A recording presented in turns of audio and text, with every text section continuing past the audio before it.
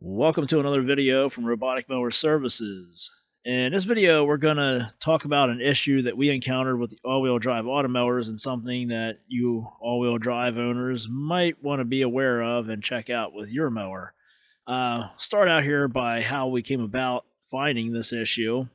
And we had a 535 all-wheel drive that just was having all kinds of errors and couldn't get it to perform correctly no matter what we did. So we brought it in, couldn't get it to connect to Automower Connect, couldn't get it to connect to the laptop to use auto check to see if it was a software issue or get any more information from it. So split it open because it had to obviously be an issue with one of the boards. And we thought, well, if we split it open, maybe we can find, a burnout component or something on the board. When we split open the front chassis, because in the all-wheel drives you have your front chassis and you have your rear chassis, we split open the front chassis because that's where your Automower Connect board is at. That's where your application board is at, which would be very similar to your main board and your other mowers. And when we split that front chassis open, we found that there was corrosion on the bottom of the Automower Connect board, the application board, and the two small circuit boards for your joystick sensors out the sides. What was really interesting, though, was the corrosion was on the bottom side of these boards only. And the boards that are in the lower chassis, the lower half of the front chassis, you have your loop sensor, you have your ultrasonic sensor board, you have your wheel motor controller board there too. And in the lower half, these boards had no issues, nothing really wrong with them at all. And you're thinking, okay, corrosion, obviously moisture had to get in there somehow. There's grommets on the bottom where the wires from the ultrasonic sensors come in. On the 435X, you also have a grommet on the other side where your headlights come in. On the 535, since it does not have headlights, you just have a plug there capping that hole off. Nothing there, no signs of moisture or water getting in there. If you saw our video showing how a main board got corroded because water got in through those grommets, then you know what to look for. Look for the trail of water, the staining of the inside of the chassis. Nothing like that going on there. There's a white paper filter in the upper part of that upper chassis. It's kind of a vent for the chassis itself. And nothing wrong with it. The inside of it was still just pure white, untouched, nothing dirty with it, where dirty water or anything would have came in. It wasn't stained like water came in through it. So there was really no signs of water entering this chassis other than that corrosion on these boards. And it really bugged me because of the fact that the boards that are on the bottom, if water gets in there, the water's going to lay on the bottom. They had no issues. It was only these boards in the top. And I couldn't figure out what was going on there. I checked everything out. The back half of that front chassis has your cutting module, and we have a video showing how to remove that cutting module and replace it. If you watched it, there's a sealing strip that goes the whole way around the front half of the front chassis where all your boards are at. It does not go around the back part there where your cutting module is at, and that's by design. The top half, the upper chassis actually sits down into that groove that's in the back there, helps to seal that stuff up, from the top. And I thought, okay, I don't know here. I'm going to order in brand new seals for the entire front half of this mower. For the entire front chassis, I'm going to order in new rope seals, everything, get this thing back up and running, and see what happens to see if I can get some kind of idea of what caused this.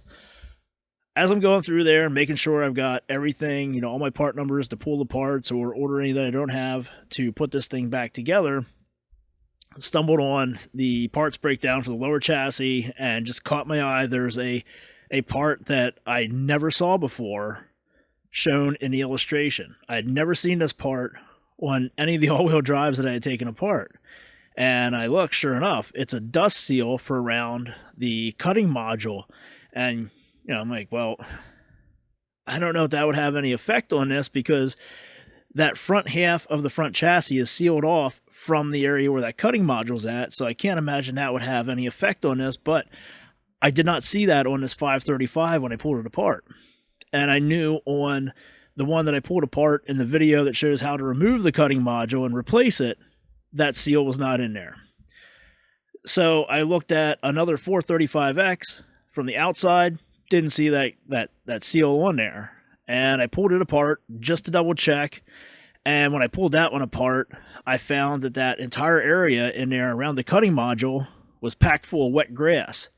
And as soon as I saw that, because this had been sitting in the shop for about 2 days and that grass was still in there and nice and wet and soppy and smelling pretty ripe, as soon as I saw that, I knew what was going on here. Because the grass was getting up in there and it was all wet and it was laying up there wet, when the mower was sitting in a charging station in the sun or was out there running around in the yard on a hot day, that half of that front chassis would heat up, and that would cause condensation in the front half of that front chassis. Just like when you take a real hot shower in your bathroom and you might get some condensation on the wall outside of the bathroom, or in your car, you get that condensation on the outside of the windows. If you're familiar with some of the newer zero-turn engines, you run them, when you first start them up, you'll get some condensation on the outside of the block. Same thing happening here. And that explains why it was only the bottom side of these circuit boards that were corroding, because that's where that condensation was hanging at on them. So the odd thing was, I didn't know for sure. I mean, I thought I pretty much had this figured out. So I ordered in one of those seals and I put it in the lower chassis, and it makes a world of difference down there around this cutting module. You can see here, if you have the cutting module in the chassis and you have a light to shine light through there, you can see how much light comes through this thing. That's all open area for this wet grass to be thrown up in there. Here, when you put the seal in it, you can see it blocks out almost all the light that would be coming through that area.